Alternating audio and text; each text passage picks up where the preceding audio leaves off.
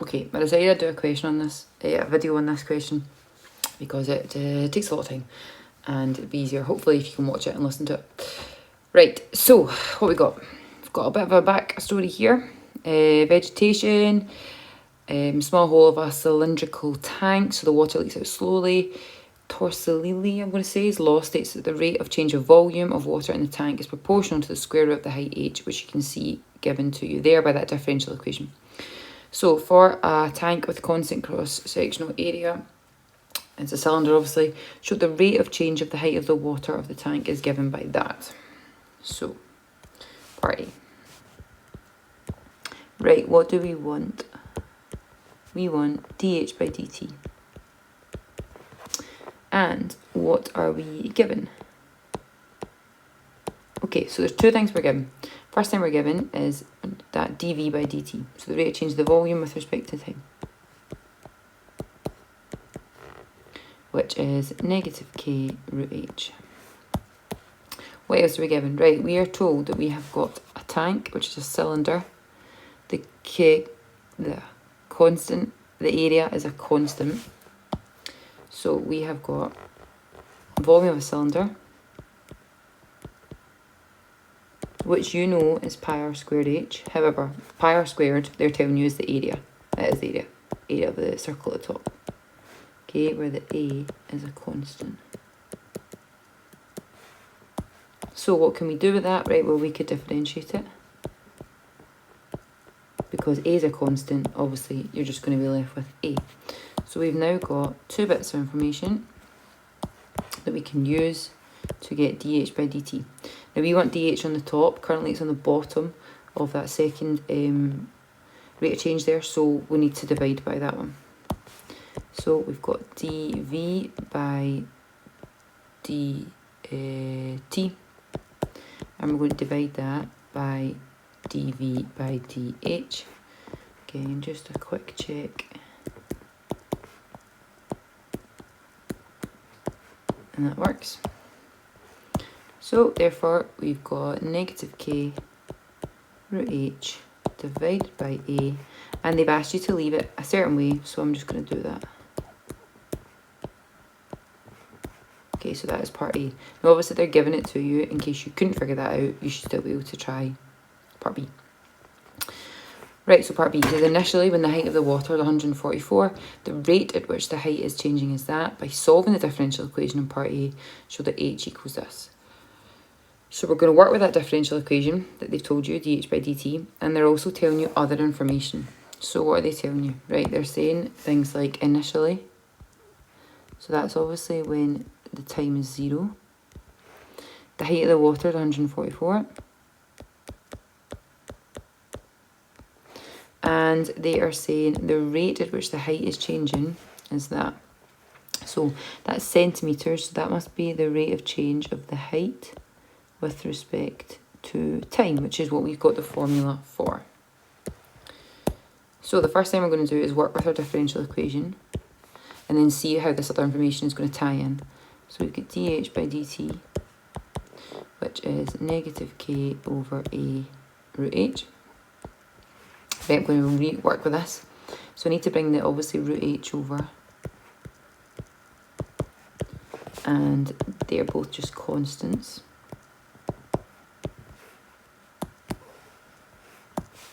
Obviously, I'm going to make that h to the half and then h to the negative a half.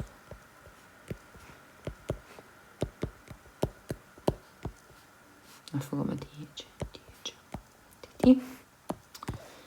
So integrate, increase, divide by new power, so that's my door, equals negative k over a t plus c, and then just rewrite that.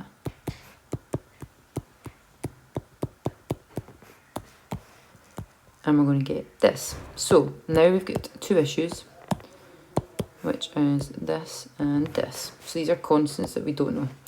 So we need to think about, right, what are we given? What are we told? Right, we are given, first of all, that dH by dt is negative 0.3. We're also told that t is 0 when h is 144.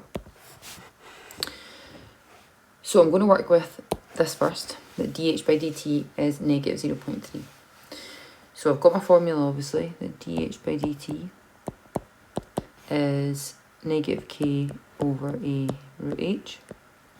So let's sub in what we know, 0.3 is negative k over h root 144. So negative 0.3 is negative k over a times 12. Take your 12 over and we're going to get negative k over a is negative 1 over 40. So that can now go at this first bit here. So I can chuck that in, because I now know that negative k over a, yes, they're both constants, we don't need to know what they are separately, we want to know what they are together. We're going to chuck that in. So 2 root h is negative 1 over 40 t plus c.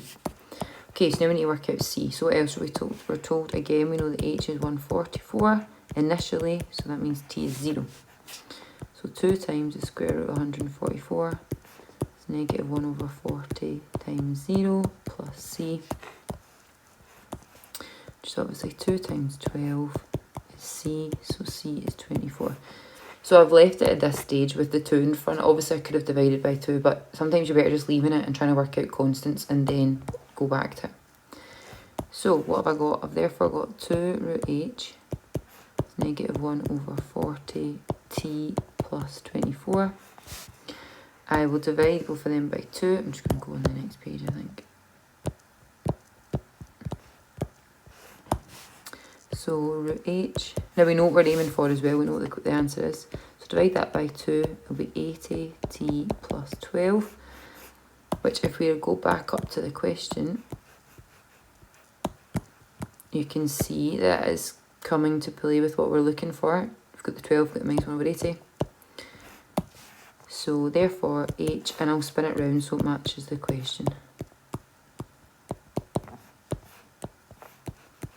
And that is obviously, I'm getting rid of that, what the question asked for.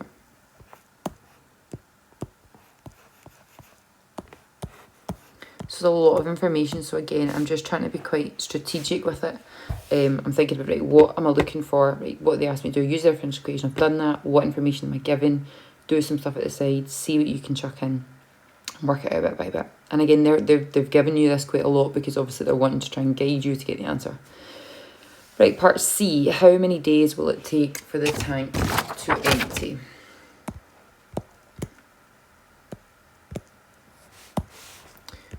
So, what we've got to work with, we've got this to work with. The tank will empty, obviously, when the height is 0. So, you know the height is 0, and you're looking for how many days. So, let's chuck that in.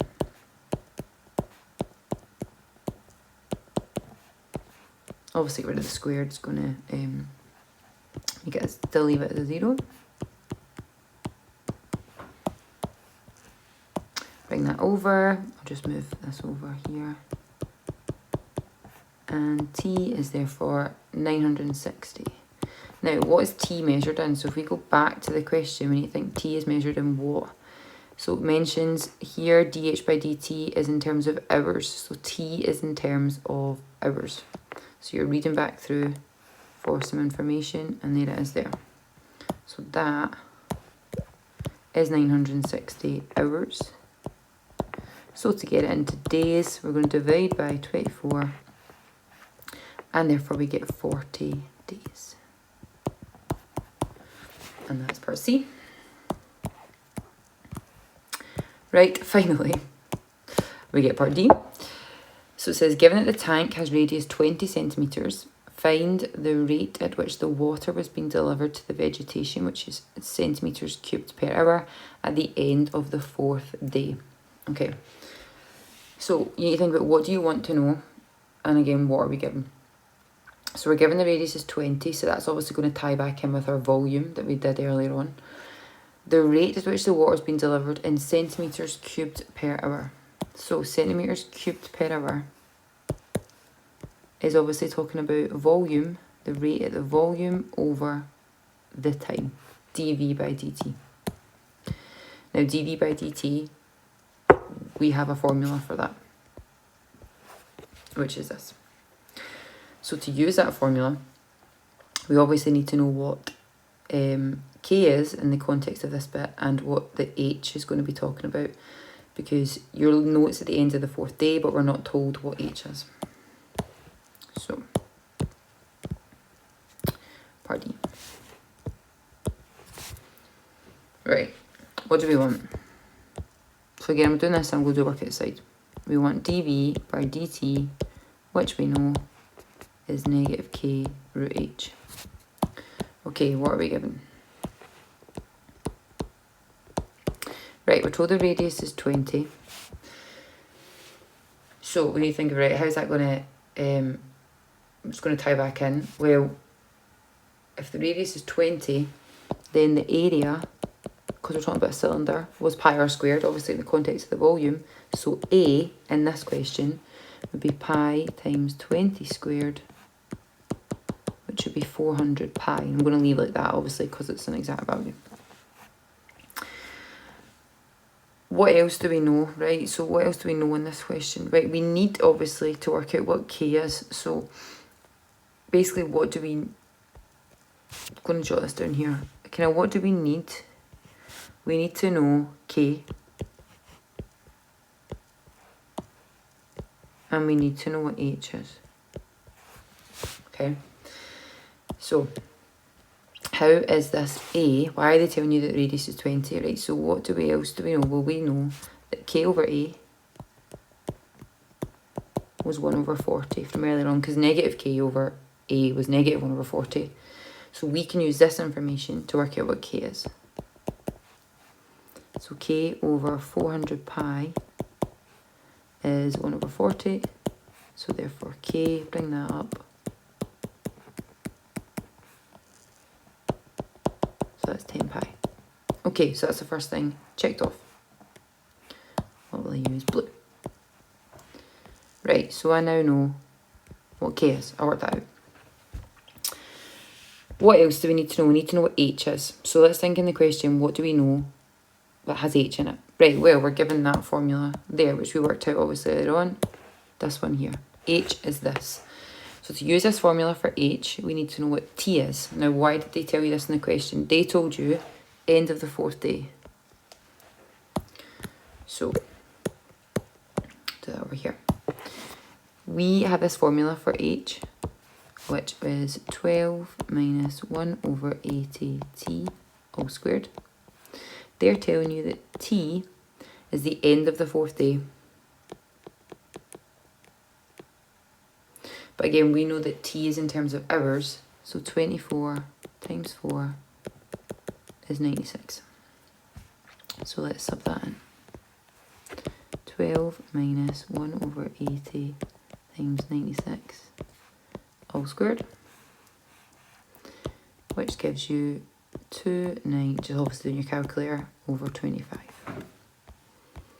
Okay, so that is the second thing I obviously needed, and I've now worked out. So I've worked out h. So I'm going to sub both of them in. So dv by dt is, so k was 10 pi,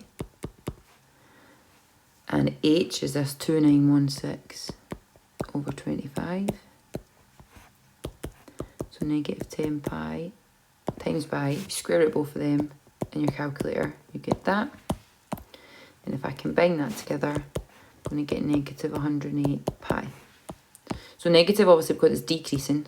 So therefore, what's the question asking? It's saying, all the way back up here, given that the tank is that, find the rate at which the water was being delivered to the vegetation, right? So rate of vegetation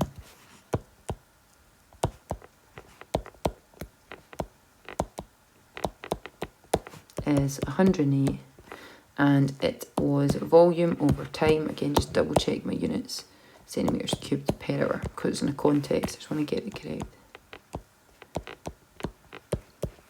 And that is that. So this really tests your ability to work through things in a logical, structured kind of plan to it. Okay, so this is like the epitome of that sort of working. So as you see, I like to do things at the side, split it up. Really, in these questions, always think about what do you want, what are you given, why are they telling you this information, and really just tying back in with everything that they're told you. But any further questions, please ask.